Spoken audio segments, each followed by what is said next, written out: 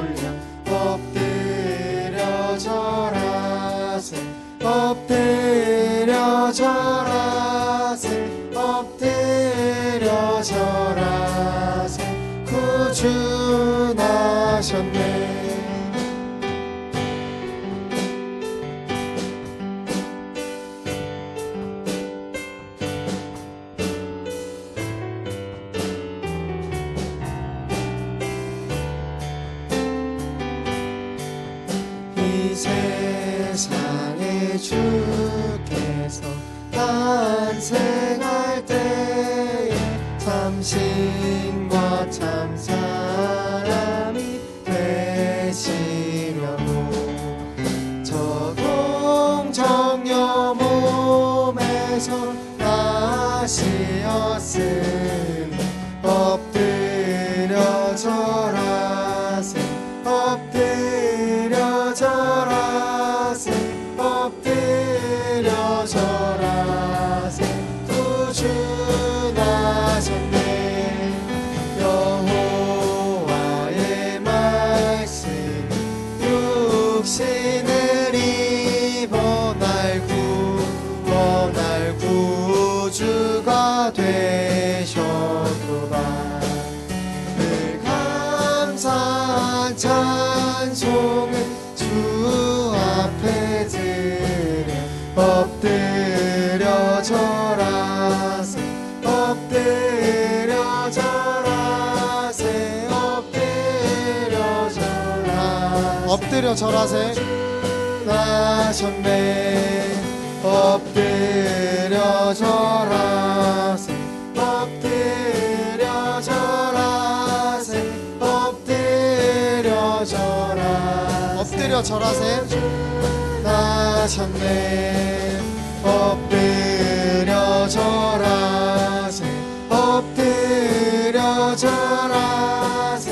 엎드려 절하세 구주 나셨네 기쁘다 구주 오셨네 찬양 드리겠습니다.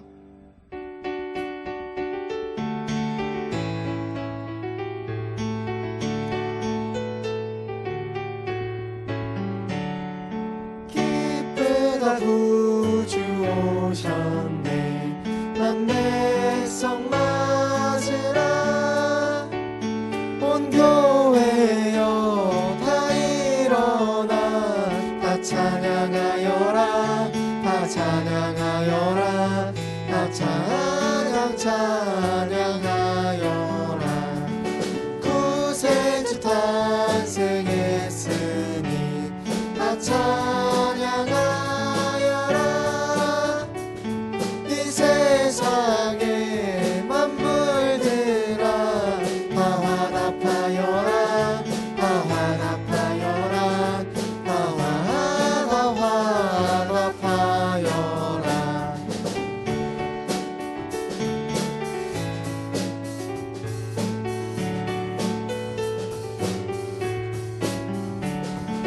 온 세상 사하려 주 예수 오셨네. 죄와 슬픔 몰아내고 다 구원하시네. 다 구원하시네. 다 구원하시네. 은혜와 진리 되신 주 다 주관하시니 만국 백성 구주 앞에 다 경배하여라. 다 경배하여라. 다 경배하여라. 왕이 나셨다 찬양 드리겠습니다.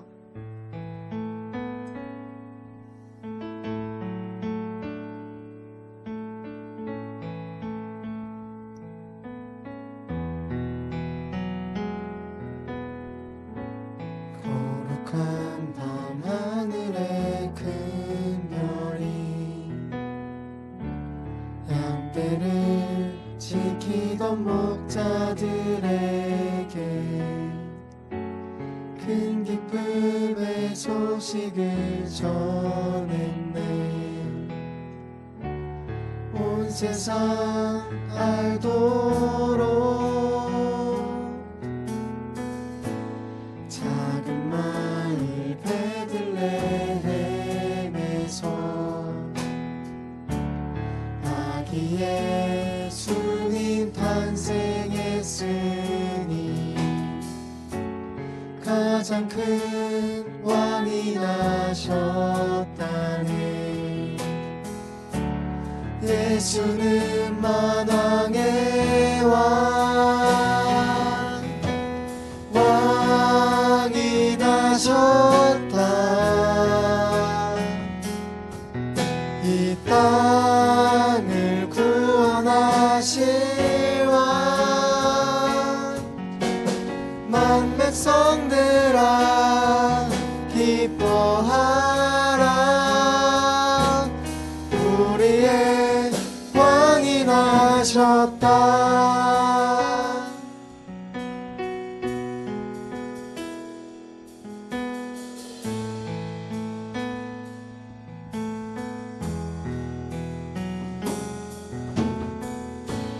그의 강한 능력의 손길이 병든 자 가난한 자들에게 구원의 소망을 주시네. 그분은 평강의 왕. 온 세상 통치할 메시아. 주께서 온 우주 다스리니 그 나라 영원하리라.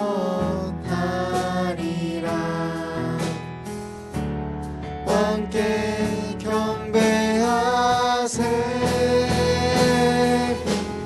왕이 나셨다. 이 땅을 구원하실 왕. 만 백성들아 기뻐하라. 우리의 왕이 나셨다. 왕이 나셨다. 이 땅을 구원하실 왕. 만 백성들아 기뻐하라. 목소리로만 찬양하겠습니다. 나셨다. 왕이 나셨다. 이 땅을 구원하실 왕. 만 백성들아 기뻐 기뻐하라. 우리의 왕이 나셨다. 왕이 나셨다. 이 땅을 구원하실 왕, 만 백성들아 기뻐하라. 왕이 나셨다. 왕이 나셨다. 왕이 나셨다. 이 땅을 구원하실 왕, 만 백성들아 기뻐하라. 우리의 왕이 나셨다. 사도신경 하시겠습니다. 나는 전능하신 아버지 하나님 천지의 창조주를 믿습니다. 나는 그의 유일하신 아들 우리 주 예수 그리스도를 믿습니다.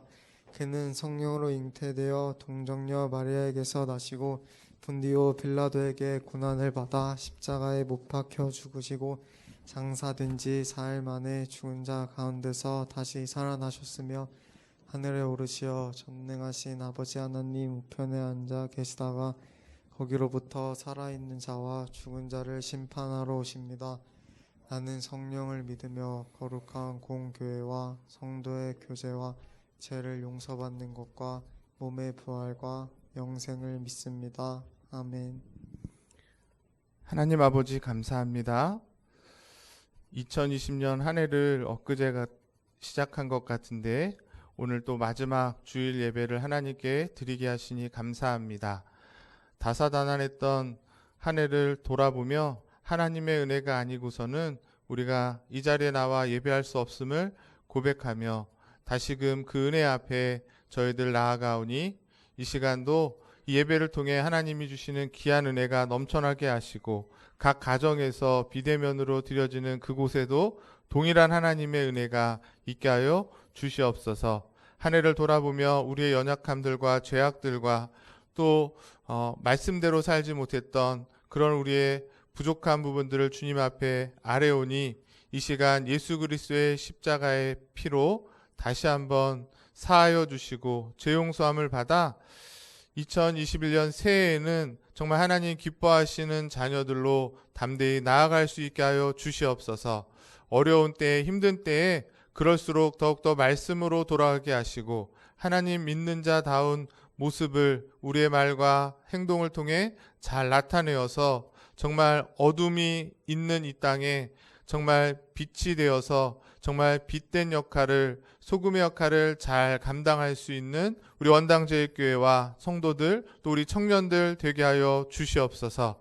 오늘도 부족한 종을 통하여서 증거되어지는 말씀만이 우리 안에 살아 역사하며 위로가 되고 힘이 되고 또 하나님의 뜻을 분명히 깨달아 그 뜻대로 힘있게 달려나가는 복된 시간 되게 하여 주시옵소서.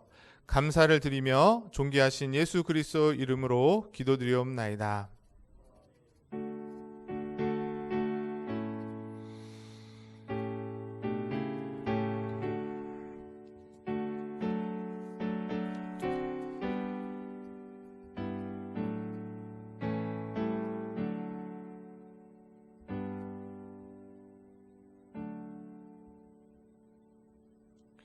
네, 오늘 함께 보실 하나님의 말씀 신명기 6장 4절에서 9절까지 말씀을 같이 보도록 하겠습니다. 구약 성경책 270쪽 신명기 6장 4절에서 9절 한 절씩 교독하실 때 제가 먼저 읽고 우리 성도님들이 읽고 이렇게 교독하고 마지막 절은 함께 읽겠습니다.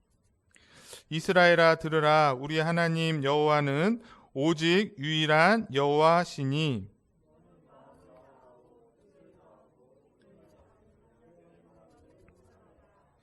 오늘 내가 내게 명한 이 말씀을 너는 마음에 새기고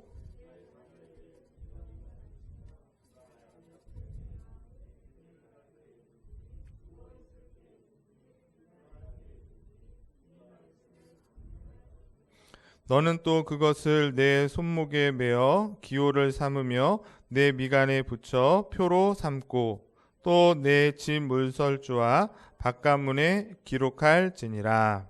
아멘. 네, 오늘도 비대면으로 각 가정에서 온라인 예배를 드리시는 우리 성도 여러분들과 우리 청년들에게 주님의 은혜와 평강이 충만하시기를 기원합니다. 오늘 2020년 마지막 주일 예배를 드리고 있는데요.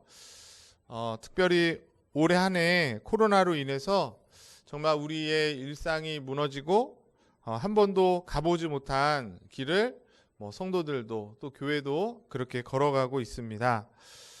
그렇기 때문에 하나님의 더 크신 은혜와 손길을 우리가 간절히 사모할 수밖에 없고 그런 믿음의 걸음을 우리가 걸어가야 될 줄 믿습니다. 한 해를 마무리하면서 어떤 말씀으로 은혜를 우리 청년들과 특별히 나눌까 이렇게 고민하다가 전에도 우리 목사님이 한번 말씀하셨지만 신명기 6장의 말씀으로 말씀을 가르치고 배우는 교회는 제목으로 같이 말씀을 나누려고 합니다. 무슨 얘기냐면 한 해를 돌아보시면서 내가 얼마나 하나님의 말씀을 잘 가르쳤는가, 우리 자녀들과 또 우리 성도들에게, 또 거꾸로 나는 얼마나 또 말씀을 배우려고 노력했는가, 한 해를 한번 돌아보시고 혹시 우리의 신앙생활을 어디에 초점을 두고 있는지, 정말 말씀을 배우는 일에, 가르치는 일에 내가 얼마나 마음을 두고 시간을 쓰면서 힘을 다했는지를 우리 같이 한번 이렇게 살펴봤으면 좋겠습니다. 먼저 오늘 이 아침에 우리가 읽은 이 본문에서 신명기는 이렇게 말하고 있습니다. 이 말씀을 마음에 새기고 부지런히 가르쳐라. 특별히 4절, 5절 말씀을 다시 한번 보시면 우리 같이 한번 읽어볼까요? 4절, 5절 말씀 시작. 이스라엘아 들으라. 우리 하나님 여호와는 오직 유일한 하나님이시니 너는 마음을 다하고 뜻을 다하고 힘을 다하여 내 하나님 여호와를 사랑하라. 이렇게 말하고 있습니다. 여기 먼저 성경이 뭐라고 말하고 있어요? 모세가 이스라엘을 향해서 들으라 이렇게 말하고 있어요. 쉐마 이렇게 보통 얘기를 하는데 들어야 된다는 거예요. 뭘 들어야 된다는 겁니까? 우리 하나님 여호와가 오직 유일하신 여호와라는 사실을 너희들이 들어라. 그리고 뭐라 그래요? 마음을 다하고 뜻을 다하고 힘을 다해서 내 하나님 여호와를 어떻게 하라? 사랑하라 라는 이 말을 이스라엘이 지금 모세를 통해서 듣고 있는 것입니다. 여기서 말하는 하나님은 오직 유일하신 여호와고 그 하나님을 마음을 다해서 사랑하라. 이거는 뭐예요? 하나님의 말씀이면서 하나의 명제와 같은 겁니다. 그렇죠? 하나님은 유일하신 하나님이다. 그리고 그 하나님을 우리가 어떻게 된다? 사랑해야 된다는 어쩌면 우리의 신앙의 내용인 것이 하나님의 존재와 그분에 대한 우리의 태도를 명확하게 가르치고 있는 말씀이라는 것입니다. 이것을 지금 이스라엘은 모세를 통해서 알게 되는 것이에요. 어떻게 함으로? 모세의 말을 들음으로 인하여서. 모세를 통해서 이스라엘은 하나님에 대해서 전혀 알고 있지 못했어요. 하나님이 어떤 분인지 몰랐던 그들이 하나님은 어떤 분이시래요? 유일하신 여호와 하나님이라는 사실을, 그 지식을 일방적으로 듣게 되는 복된 순간이 지금 신명기 6장의 말씀이라는 것입니다. 오늘 우리는 이 하나님에 대한 지식, 하나님은 유일하신 분이야. 그리고 그분에 대해서 우리가 사랑하는 마음과 태도를 가져야 돼 라는 것을 이제 설교를 통해 이 말씀을 통해 알게 되는데, 이것을 오늘날 정리해가지고 일명요연하게 가르치고 있는 것이 있는데 그게 바로 뭐라는 거예요?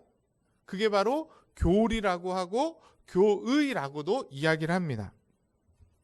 하나님의 말씀이 있고 그 말씀이 우리를 향해서 명령하고 계신데 그 내용들을 잘 살펴보면 이야기의 형식도 있지만 그 이야기를 통해서 결국에는 하나님에 대한 지식, 그 교리적인 지식이 성경을 통해서 우리에게 주어지게 되는 것이에요.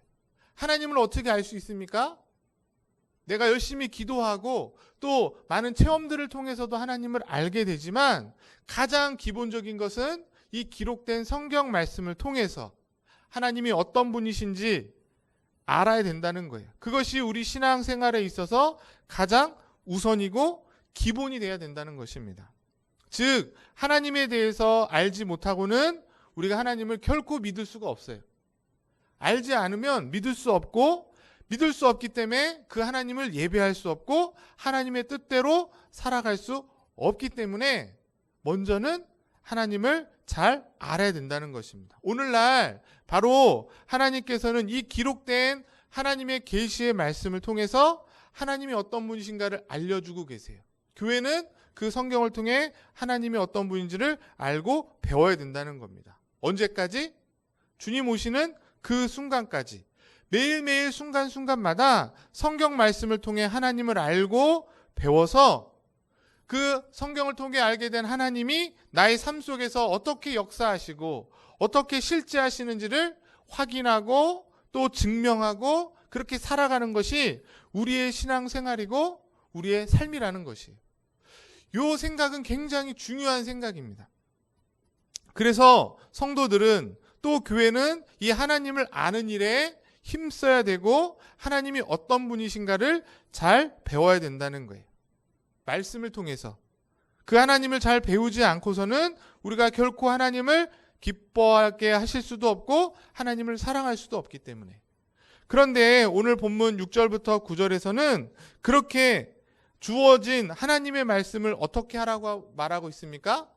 먼저 내 마음에 새기라 그러고 그리고는 자녀에게 부지런히 가르치라고 말씀하고 있어요. 그리고 부지런히 가르치는 그 구체적인 모습을 하나하나 설명하고 있는데 그게 7절부터 나오고 있죠. 7절부터 9절을 또 한번 우리 같이 한번 읽어보겠습니다. 시작. 내 자녀에게 부지런히 가르치며 집에 앉았을 때에든지 길을 갈 때에든지 누워있을 때에든지 일어날 때에든지 이 말씀을 강론할 것이며 너는 또 그것을 내 손목에 매어 기호를 삼으며 내 미간에 붙여 표로 삼고 또 내 집 문설주와 바깥문에 기록할지니라. 여기 자녀들에게 부지런히 가르치라고 하면서 여러 가지 상황과 또 순간순간에 어떻게 가르쳐야 될지를 설명하고 있습니다. 이거를 문자적으로 우리가 받아들이기보다는 하나님의 말씀을 가르치는 일에 정말 힘써야 될 것을 말하고 있는 것이죠. 특별히 자녀에게 부지런히 가르치라고 했으니까 부모들이나 중직자들은 빼고 그냥 교회 새로 나온 새신자들이나 어린 자녀들에게만 해당되는 말씀일까요? 결코 그렇지 않을 것입니다. 하나님을 아는 일, 하나님이 어떤 분이신가에 대해서 배우는 일은 남녀노소 할 것 없이 모두에게 해당되는 거예요. 왜 그래요? 하나님은 무한하신 분이기 때문에 그래요. 하나님을 여러분이 안다고 노력하면 얼마나 노력해야 알 수 있을까요? 한 10년 하면 그 하나님을 알 수 있을까요?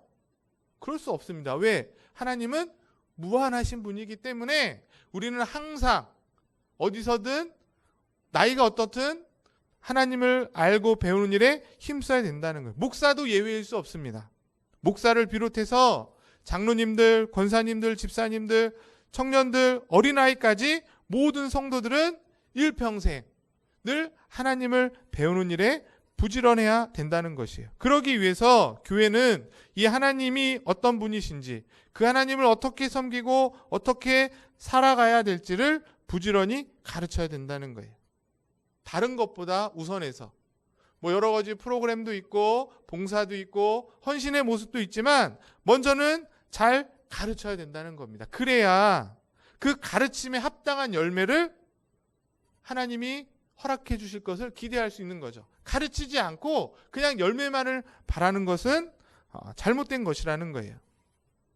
다시 한번 말씀을 드리면 한 해를 우리가 돌아보면서 또 이제 며칠 뒤에 새로운 한 해를 또 우리가 기대하게 되는데 먼저는 내가 얼마나 하나님에 대해서 우리 자녀들에게 또 많은 이들에게 가르치려고 힘썼는지 또 배우기 위해서 내 시간과 노력을 얼마나 들였는지 점검해 보시고 만약 그 배우는 일에 그 또 가르치는 일에 부족함이 있었다면 우리가 우리의 자신을 돌아보면서 내년 새해에는 무엇보다도 이 하나님을 알아가는 일에, 배우는 일에 시간을 내고 마음을 들이는, 그래서 더 풍성한 하나님을 아는 지식으로 충만해지는 은혜를 기대하고 소망하는 우리 원당제일교회가 될 수 있기를 주님의 이름으로 축복합니다. 그러면 두 번째로 이 하나님의 말씀을 부지런히 배우고 가르쳐야 되는데 어떻게 배울 수 있냐는 거예요. 어떻게 가르쳐야 되냐는 거예요. 여러 가지 방법이 있겠죠? 뭐가 있습니까? 우리 교회에서도 지금 하고 있는데 보통 성경 통독, 성경을 창세기부터 요한계시록까지 1년에 한 번 동안 한번 읽어봐야지. 새해가 되면 그런 목표를 갖지 않으세요? 우리 청년들 다이어트하고 남자친구 만들고 그런 계획도 세워야 되지만 신앙적으로 내가 이제 청년이 됐는데 성경을 창세기부터 계시록 한번 읽어봐야 되지 않을까? 그런 좀 거룩한 소망을 가질 수 있겠죠. 또는 우리 교회에서처럼 이렇게 일주일에 한 번씩 정교인이 성경 암송을 하는 것도 참 중요한 것 같습니다. 여기서 한 걸음 더 나가서 어떤 분들은 성경을 실제로 공책에 쓰는 분들이 계세요. 이걸 뭐라 그래요? 필사를 합니다. 읽는 것보다 훨씬 더 힘들지만 쓰면서 주시는 은혜가 또 있죠. 이렇게 성경 암송도 하고 쓰기도 하고 성경 통독을 우리가 하는 거 참 귀하고 또 좋은 모습이라고 생각합니다. 이런 노력과 열심을 통해서 우리는 분명 하나님을 더 알게 될 것이고 하나님에 대한 지식으로 인하여 정말 풍성한 삶을 살아가게 될 줄 믿습니다. 그런데 제가 오늘 말씀드리고 싶으면 이러한 방법도 있지만 이것과 함께 동시에 좀 더 체계적이고 효과적이고 효율적인 방법이 있다. 그게 뭘까요? 그게 저는 교리교육이라고 생각해요. 성경 66권 창세기부터 계시록을 하나하나 우리가 다 일일이 읽으면서 은혜를 받고 정리하고 쉽지 않습니다. 근데 이 66권의 많은 내용을 엑기스로 모아서 잘 정리해서 바른 성경을 잘 이해할 수 있는 바른 내용으로 이미 정리된 내용들이 역사적으로 우리에게 주어져 있다는 거예요. 우리가 잘 몰라서 그렇지. 그게 바로 뭐예요? 교리 교육이라는 것이에요. 이것을 통해서 나의 어떤 개인적인 생각과 묵상을 통해 받는 은혜도 있지만 역사적으로 이미 교회가 옛날부터 성경을 잘 가르치기 위해서 만들었던 이 교리 교육의 방법을 사용하는 것이죠. 근데 안타까운 건 뭐예요? 오늘날 이 시대가 교리 교육을 좋아한다, 싫어한다? 싫어한다는 거예요. 왜 그렇게 됐을까? 왜 그렇게 됐을까? 생각을 해봤습니다. 여러 가지 이유가 있겠죠. 가르치는 사람이 잘 못 가르치고 지루하게 재미없게 가르친 것도 있겠지만 시대적인 사조가 있는 것 같아요. 제가 신학 교육을 하고 공부를 하고 목회 현장에 나갈 때 목사님들 중에 이런 말씀하는 분들이 계셨어요. 목회는 신학으로 하는 게 아니야. 체험으로 하는 거야. 체험으로. 이런 말씀을 많이 듣습니다. 또 어떤 분들은 초대교회 당시에 교리가 어디 있었냐. 초대교회는 오직 사랑의 공동체였다. 그런 사랑이 있어야 교회가 세워진다. 이런 말씀을 많이 들었습니다. 뭘 얘기하는 거예요? 교리보다는 삶이 더 중요하다고 이야기하는 거죠. 오늘날 이 시대가 그런 시대가 됐어요. 왜 그런 시대가 됐는가? 4가지의 이유가 있습니다. 왜 교회가 교리를 거부하고 반대하는가? 4가지 이유가 있는데요. 첫 번째는 뭐냐면 같이 한번 읽어보겠습니다. 시작. 신앙은 반지성적인 것이다 라고 생각하는 생각이 많아졌다는 거예요. 제가 전에도 말했지만 오늘날 이 시대는 포스트 모더니즘 시대입니다.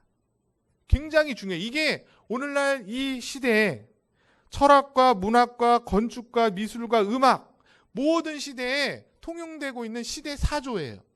포스트 모더니즘은 뭐냐면 절대 진리는 없다는 거예요.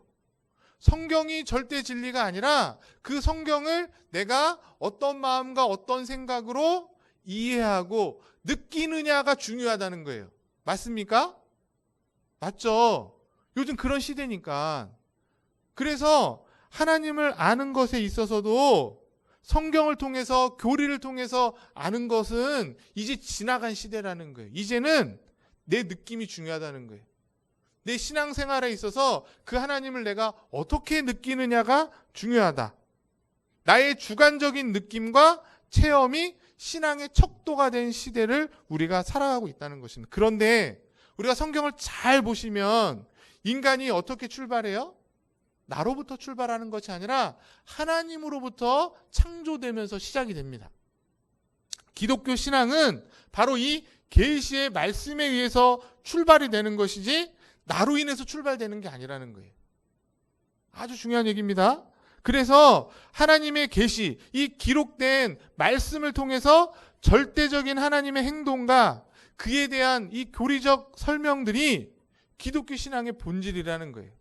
이것을 토대로 해서 그것을 가지고 우리의 삶 속에서 살아가면서 경험하는 하나님을 경험하는 것과 이런 절대적인 내용은 필요가 없고 그저 내가 경험하는 하나님이 최선이라고 생각하는 것은 굉장히 위험하다는 거예요. 그래서 교회가 역사 가운데 이 신앙의 체계를 잘 세우기 위해서 힘쓰고 노력했고 그 결과물이 뭐예요?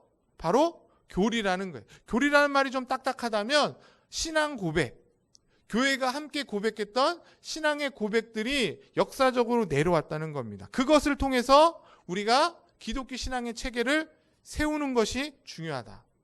그래서 교리 교육이 필요한데 오늘날 시대가 신앙은 이렇게 말씀 보고 공부하고 이런 거는 안 좋아. 그저 찬양하고 기도하고 은혜 받는 게 좋아라고 하는 시대로 가고 있기 때문이라는 거죠.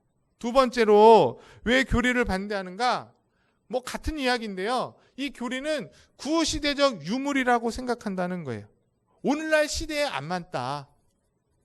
교리를 가르친다 그러면 대부분 청년들이 뭐라고 생각해요? 목사님, 그 400년 전에, 500년 전에 그 옛날 같은 그런 교리를 오늘날 21세기에 우리에게 뭐가 필요합니까? 전혀 도움이 안 되는 거 아닙니까? 라고 반발하는 경우가 많습니다.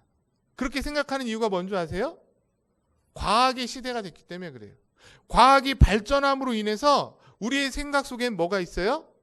지금보다 미래가 더 좋을 것이다.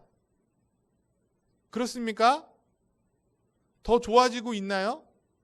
우리의 삶은 편해진 것 같지만 세상은 더 피폐해지고 있습니다. 물질적으로는 풍요해졌지만 오늘 목사님 설교처럼 정신병자들이 너무너무 많이 생기고 있어요. 우울증이 생기고 자살하는 사람이 많이 생기고 이게 진화론적인 사고방식을 갖고 있기 때문에 그래요. 옛날 교리라는 것은 낡은 것이고 오늘날 시대에 안 맞는 최신 핸드폰이 좋은 거예요. 편리한 거지 그게 꼭 좋은 것만은 아닌 거라는 거죠.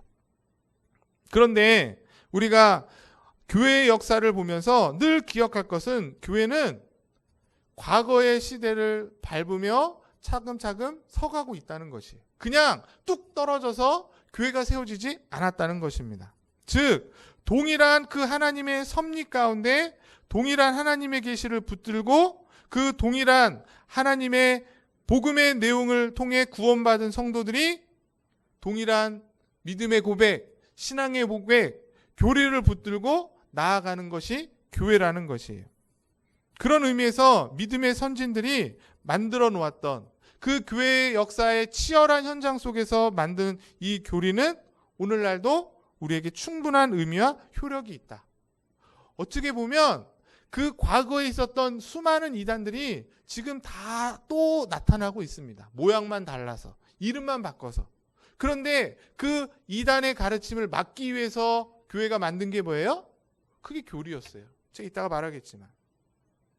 그래서 오늘날 이 시대에도 교리는 충분히 우리에게 유익하다. 그리고 세 번째는 교리가 성경과 반대된다는 생각이 있습니다. 성경과 대립된다. 이 말은 쉽게 말하면 뭐냐면 예수 잘 믿으면 되지 무슨 교리 공부까지 할 필요가 있냐. 예수 믿고 천당 가고 예수 믿어서 구원받으면 됐지 뭐 하나님은 속성이 어떻고 삼위일체는 어떻고 뭐 구원의 서정은 어떻고 이런 복잡한 거 배울 필요 없고 그냥 나는 예수 잘 믿고 천국만 가겠다. 이렇게 말하는 분들이 있다는 것이에요. 마치 성경과 교리가 충돌되는 것처럼 생각하는 것이죠. 그러나 아까 전에도 말씀드렸지만 성경 안에 있는 내용들을 잘 정리해서 교리가 나온 것입니다. 그리고 그 교리를 통해서 성경을 잘 가르치고 효과적으로 하기 위한 방법으로 교리를 쓰는 것이지, 교리를 알아야만 무조건 천국에 간다 이렇게 말하진 않습니다. 분명 성경이 먼저예요. 그러나 그 성경을 좀 더 잘 이해하고 성경이 정립된 이후에 교회가 성도들이 꼭 알아야 돼. 성경 66권 이 방대한 양의 그 내용 중에서 반드시 알아야 될 핵심적인 진리를 정리해 놓은 게 뭐라는 거예요? 그게 교리라는 거예요. 수많은 이단들이 나올 때마다 그 이단들을 대처하기 위해서 교회가 모여서 교리를 만듭니다. 그게 바로 이제 신앙 고백들로 나와요. 삼위일체, 예수님의 신성과 인성, 이런 등등의 이단들의 잘못을 드러내고 그 이단들에 넘어가지 않기 위해서 교회가 동일한 신앙 고백을 할 수 있도록 만들어진 것이 교리이다. 그러므로 우리가 성경을 좀 더 안전하게 읽을 수 있는 울타리 역할을 교리가 하는 것입니다. 우리의 생각보다는 교리의 내용을 통해서 바르게 성경을 읽을 수 있도록 지도하는 그런 은혜의 보고의 역할을 교리가 했다는 것이에요. 그렇기 때문에 내가 성경을 사랑한다, 성경이 정말 하나님의 말씀이라고 믿는 사람들은 그 말씀의 핵심적인 가르침인 이 교리의 필요성을 인정할 수밖에 없다는 것이에요. 마지막 네 번째로, 교리는 삶을 경시한다 이렇게 말하는 경우가 있어요. 교리를 가르치면 성도들이 머리가 차가워져가지고 삶이 없어져, 경건한 삶이 없어지고 그냥 사람을 판단하기만 해, 이런 이야기를 많이 해요. 그거는 교리를 잘못 배운 겁니다. 그건 교리를 잘못 가르친 거예요. 교리를 바르게 잘 가르치면 그의 삶에 분명한 열매가 맺혀진다고 저는 믿습니다. 왜 그러냐면 분명 우리 신앙교육에 있어서 삶을 강조하는 거 중요해요. 그래서 예수님도 뭐라 그랬죠?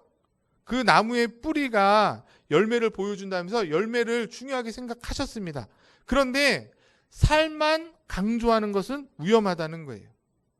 이렇게 살아야 돼, 저렇게 살아야 돼라고 말하는데 그렇게 살아야 될 근거와 이유를 뭐를 통해서 말해줘야 된다는 거예요? 교리를 통해서.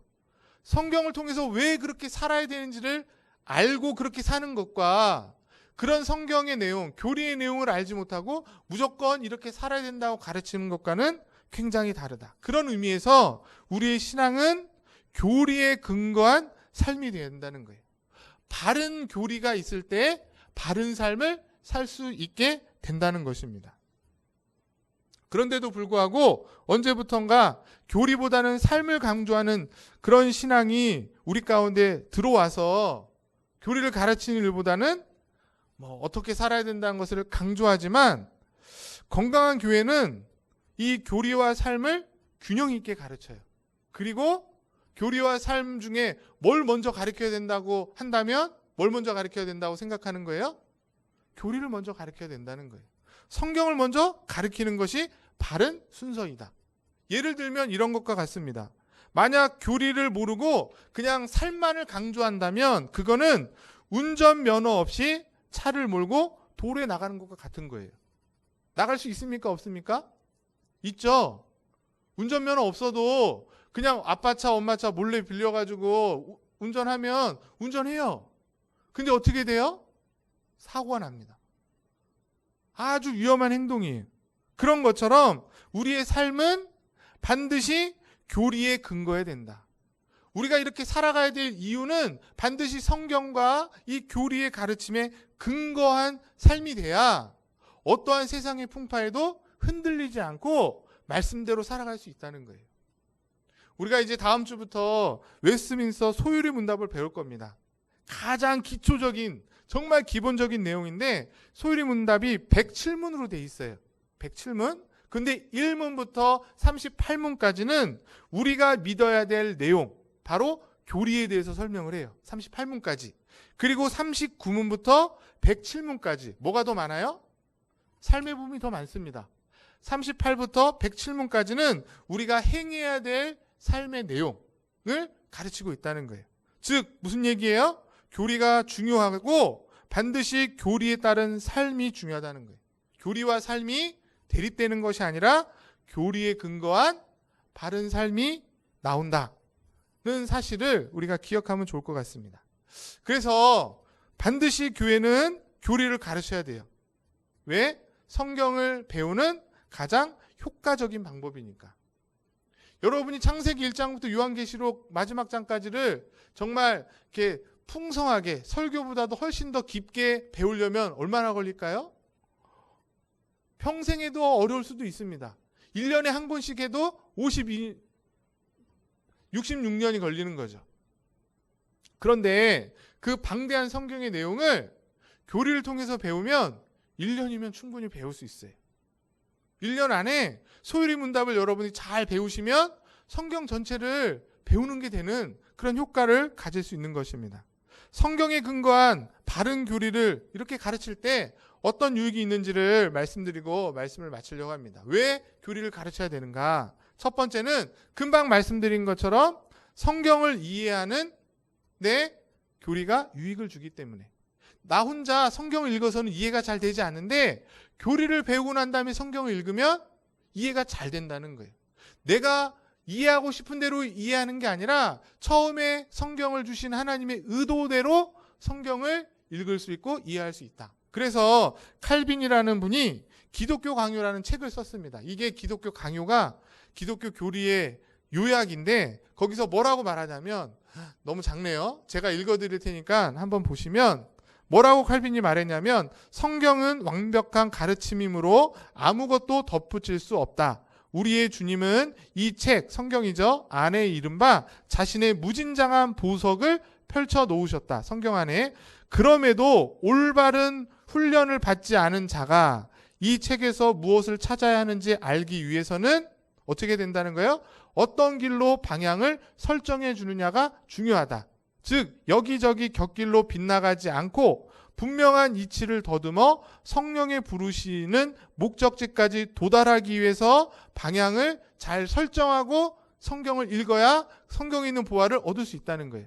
그럼 그 방향을 잘 설정해주는 지도와 같은 역할을 하는 게 뭐라는 거예요? 교리라고 얘기하는 겁니다. 낯선 산을 올라가기 위해서 우리가 지도를 보고 등산을 할 때 헤매지 않고 그 산을 잘 올라갈 수 있는 것처럼 교리를 통해서 교리를 잘 배워서 교리의 내용을 잘 이해하고 공부하게 되면 성경이란 높은 산을 안전하게 올라갈 수 있다. 그런 의미에서 교리는 성경에 흩어져 있는 중요한 주제들을 이렇게 잘 정리해 놓은 겁니다. 그래서 우리가 작년에 제가 오후 예배 때 뭘 가르친 거예요? 교회론을 가르친 거예요. 교회에 대한 성경의 가르침을 모아가지고 한 12주 정도 제가 쭉 가르친 겁니다.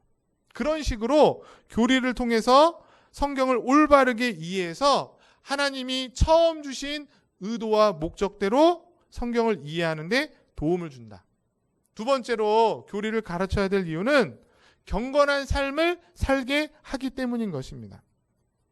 아까 전에도 말했듯이 우리가 하나님 믿는다는 것은 그냥 성경책에 지식적으로만 하나님 믿는 게 아니에요. 분명 우리의 삶에서 역사하시는 하나님을 경험하고 체험하는 것까지가 하나님을 믿는 것일 거예요. 그런데 그 체험이 유익한 것일 수도 있고 유익하지 않은 것일 수도 있습니다. 그렇죠? 내가 하나님을 체험했다 그랬는데 그게 하나님을 체험한 것이 아니라 어떤 사단의 나쁜 영향을 받은 걸 수도 있는 거예요. 그거 어떻게 알 수 있습니까? 이 체험이 바른 체험인지 틀린 체험인지 알 수 있는 방법은 다른 게 없어요. 성경을 통해서만 판단하고 분별할 수 있는 것입니다. 그게 바로 교리인 것이에요. 교리를 통해서 확인된 체험만이 우리 신앙생활에 유익한 것이다. 교리를 통해서 하나님에 대한 지식과 하나님이 어떤 분이시고 하나님이 어떻게 일하시는지를 성경을 통해 잘 이해하지 못하면 신비한 체험에 그게 바른지 그른지 구별할 수가 없는 거예요. 왜? 신비하니까. 하나님이 은혜 가운데서 말씀을 통해 우리의 지성을 자라게 하세요. 하나님 어떤 분인지를 알게 하세요. 그러면 그 하나님께서 그리스도 안에서 이루신 그 모든 일들을 통해서 더 크신 하나님의 사랑을 깨닫게 되는 거예요. 아, 하나님이 우리의 마음을 이렇게 품으시는구나. 우리를 향하신 하나님의 사랑이 이렇게 크구나를 교리를 통해 말씀을 더 배울 때 더 풍성하게 체험할 수 있게 된다는 것입니다. 그래서 교리는 그리스도인들의 삶을 안내하는 책과 같아서 우리를 바르고 즐거운 신앙을 체험할 수 있도록 한다. 결코 신앙과 교리가 분리되지 않는다는 것입니다. 그래서 교리를 바르게 잘 배운 사람은 경건한 삶을 사는 거예요. 교리를 통해서 시대를 분별하고 교리를 배워서 세대를 본받지 않고 마음을 새롭게 해서 변화가 되어 하나님의 선하시고 기쁘신 뜻대로 살아갈 수 있는 것입니다. 세 번째로 더 중요한 얘기인데요. 교리를 배우는 것이 우리의 신앙생활, 우리의 삶의 중심을 교회로 이끌 수 있다는 거예요. 교리를 잘 배울 때 우리는 교회의 정체성을 알게 되고 그 교리를 통해서 세상 속에서 내가 어떻게 살아가야 될지 분별하는 바른 선긋기를 할 수 있게 되는 거예요. 그러면 교회다운 삶을 나의 삶의 현장에서 살아갈 뿐만 아니라 개인적인 개인주의를 타파할 수 있게 되는 거예요. 그냥 나 혼자 열심히 그냥 기도하고 예배드리면서 나만 잘 살면 돼, 그렇게 생각되지 않고 교회를 통해 성경을 배우고 교리를 배울 때 참된 사랑이 무엇이고 정말 진리 안에서 하나님이 원하시는 것이 무엇인지를 알게 되므로 그 신앙과 그 생활이 교회 중심으로 인도함을 받게 된다는 것입니다. 교회에서 말씀을 가르칠 때, 교회에서 교리를 가르칠 때. 우리 청년들이 많이 있는데 이단들이 제일 타겟을 하고 있는 게 청년들이에요. 그리고 그 청년들에게 뭘 가르칩니까? 교리를 가르쳐요. 성경을 궁금해하고 성경에 호기심이 있는 청년들이 교회에서 교리를 가르치지 않고 성경을 안 가르치니까 그들이 자연스럽게 이단에 빠져서 이단에서 성경 공부하다가 알고 봤더니 이단인 거예요. 그리고 나오려고 했더니 나올 수가 없는 지경이 되는 겁니다. 교회에서 교리를 가르칠 때, 성경을 가르칠 때 그들의 신앙을 교회 안에서 안전하게 그리스도의 몸을 이루면서 살아갈 수 있게 된다. 마지막 네 번째 더 중요한 건데요. 이 교리 교육의 가장 근본적인 대상은 다음 세대라는 거예요.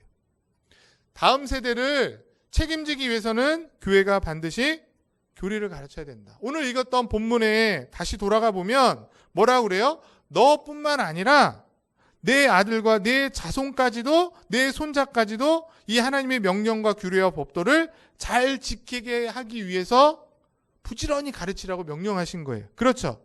그런데 이 자녀들에게 교리 교육을 소홀하게 했을 때 어떤 일이 일어났을까요? 그 말씀이 사사기에 바로 나옵니다. 사사기 2장 10절로 13절 말씀인데요. 우리 한번 같이 읽어보겠습니다. 시작. 그 세대의 사람도 다 그 조상들에게로 돌아갔고 그 후에 일어난 다른 세대는 여호와를 알지 못하며 여호와께서 이스라엘을 위하여 행하신 일도 알지 못하였더라. 이스라엘 자손이 여호와의 목전에 악을 행하여 바알들을 섬기며 애굽 땅에서 그들을 인도하여 내신 그들의 조상의 하나님 여호와를 버리고 다른 신들 곧 그들의 주위에 있는 백성의 신들을 따라 그들에게 절하여 여호와의 진노하시게 하였으되 곧 그들이 여호와를 버리고 바알과 아스다롯을 섬겼으므로. 이스라엘이 사무엘이 죽게 되자 어떻게 되는 거예요?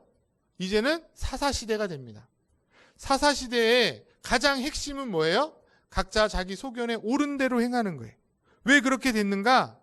이전 세대가 지키고 알고 믿었던 하나님을 다음 세대에게 가르치지 않았기 때문에 그들이 어떻게 됐대요?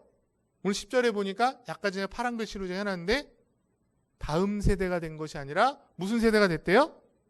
다른 세대가 됐대요. 왜? 여호와를 알지 못하였기 때문에. 여호와께서 이스라엘에게 주셨던 그 하나님의 말씀을 그들에게 가르치지 않으므로 여호와를 알지 못하는 무지한 세대가 됐다는 거예요. 왜? 부모들이 그 하나님이 명령하신 말씀을 소홀하게 자녀들에게 가르치지 않았기 때문에. 아마 그들이 이야기하겠죠. 가나안 전쟁을 하느라고 너무 힘들어서 우리 자녀들에게 이걸 못 가르쳤다. 정착한 후에 그 잘 정착하기 위해서 바빠가지고 성경을 가르치지 않았고 하나님을 가르치지 않았다. 교리를 가르치지 않았다. 그렇게 얘기하겠죠. 그러나 그 결과는 뭐였다는 거예요? 그들이 부모의 신앙을 이어받는 다음 세대가 된 것이 아니라 다른 세대가 되어서 이제는 하나님을 버리고 다른 우상을 섬기는 시대가 됐다는 거예요. 자녀를 대상으로 하는 이 교리 교육은 진정한 교육을 세우는, 우리의 자녀들이 우리의 신앙과 동일한 신앙을 가지고 하나님을 알고 하나님을 잘 섬기는 일을 하는 일에 교리 교육이 주어지게 된다는 것입니다. 그래서 교회가 반드시 해야 될 일이라는 거예요. 그냥 해도 되고 안 해도 되는 것이 아니라 반드시 해야 될 일. 이걸 할 때 우리의 자녀들이 다른 세대가 되지 않고 다음 세대가 된다. 그런 의미에서 이제 교회는 교리 교육을 회복해야 됩니다. 성경을 사랑하는 장로교회를, 주님의 몸된 교회를 잘 세워가기를 원하는 교회라면 여러 가지 프로그램도 좋지만 이 교리 교육이 공식적인 프로그램이 돼야 되는 거예요. 체계를 세우고 지속적으로 가르칠 때 다른 세대가 아니라 다음 세대를 세우는 그런 좋은 도구가 된다는 사실을 기억하시면 좋겠습니다. 말씀을 마치면 다음 주면 2021년 새해가 됩니다. 아까 전에도 말했듯이 각자 나름대로 목표들이 있을 거예요. 새해에 많은 계획들을 세우시는데 우리 교회가 내년에는 이 교리 교육을 통해서 우리 청년들뿐만 아니라 교회가 다시 한번 말씀으로 든든히 세워지는 그런 소원을 가지면 참 좋겠다라는 생각이 듭니다. 사실 우리가 장로교회잖아요. 원당제일교회는 장로교회잖아요. 장로교회는 역사적으로 오전에는 이렇게 담임 목사님을 통해서 강해 설교 또는 성경 본문 설교를 해요. 역사적으로 그래 왔어요. 그리고 오후가 되면 우리가 오후 찬양 예배를 드리는 것처럼 오후에는 이 문답, 교리 교육을 하는 것이 장로교회 전통이었습니다. 그래서 웨스트민스터 신앙고백서, 소유리문답, 대유리문답, 하이델베르그 요리문답 엄청 많아요. 배워야 될 내용이 너무 많아요. 그런데 우리가 그걸 소홀히 한 거죠. 그래서 제가 기도하면서 내년에 이제 비대면이 끝날 수도 있고 계속된다 할지라도 이렇게 오후에 저에게 설교가 주어지면 웨스트민스터 소유리 문답을 한번 연속해서 가르쳐야 되겠다라는 생각을 해봅니다. 굉장히 쉽고 가장 초보적인 내용이에요.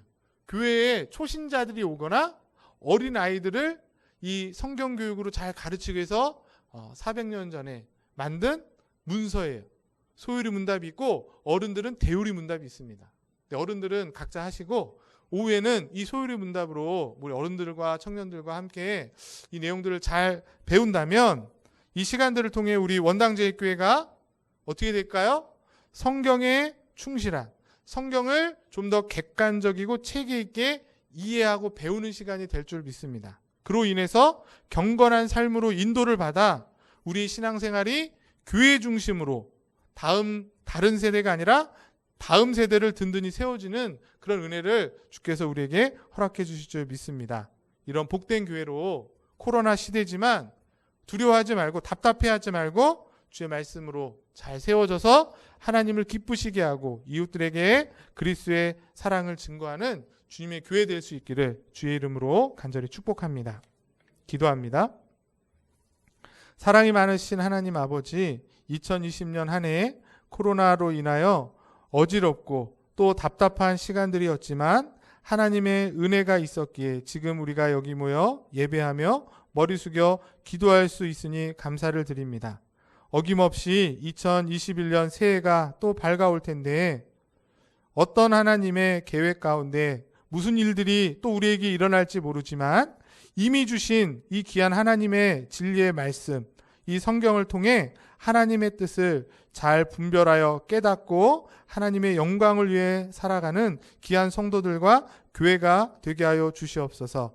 우리가 지식이 없고 미련하고 우둔하여서 하나님이 주신 이 성경의 말씀으로 주의 뜻을 깨닫기 어렵고 힘들지만 귀한 믿음의 조상들을 통해 내려온 아름다운 교리들을 잘 배우고 알아서 하나님을 올바르게 알고 또 바르게 믿으며 바르게 섬기며 예배하는 우리 모두가 되게 하여 주시옵소서. 특별히 우리 청년들이 이 귀한 교리의 내용들을 잘 배워서 이 땅 가운데 정말 패역한 시대에 우리를 정말 잘못된 길로 유혹하고 이끄는 이 시대 가운데서도 귀한 신앙의 선배들의 신앙을 잘 이어받는 다음 세대로 잘 자라고 준비되어서 마지막 때에 하나님의 영광을 온전히 나타내는 데 쓰임받는 믿음의 세대가 되게 하여 주시옵소서. 믿고 감사를 드리며 존귀하신 예수 그리스도 이름으로 기도드리옵나이다. 기쁘다 구주 오셨네 찬양 1, 2절 찬양 드리면서 헌금 드리겠습니다.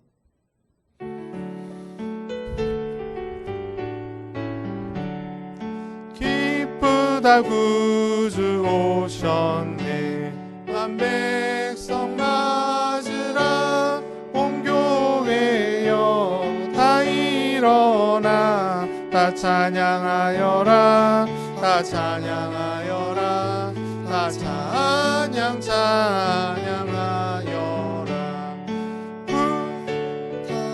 탄생했으니 다 찬양하여라